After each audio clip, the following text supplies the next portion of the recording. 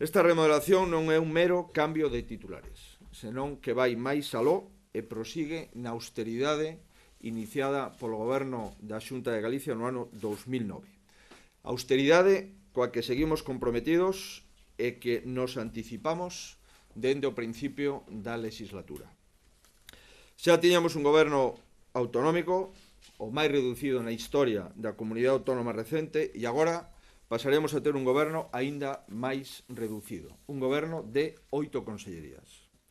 Por tanto, reducimos un 40% o número de consellerías respecto á legislatura anterior e nos convertemos na comunidade autónoma, na comunidade histórica de España, co goberno autonómico máis reducido de todo o Estado.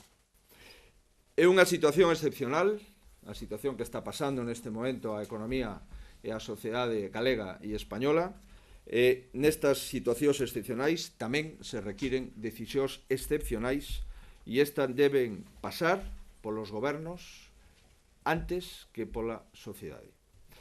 Paso a dicirlles os nomamentos que hoxe mesmo acabo de remitir ao Diario Oficial de Galicia.